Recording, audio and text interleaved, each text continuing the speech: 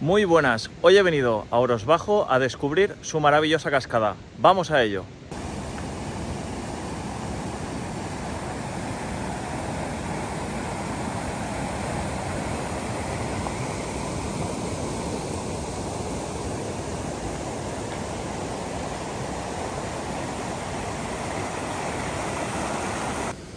Bueno, dejamos el coche a la entrada del pueblo y subimos hacia arriba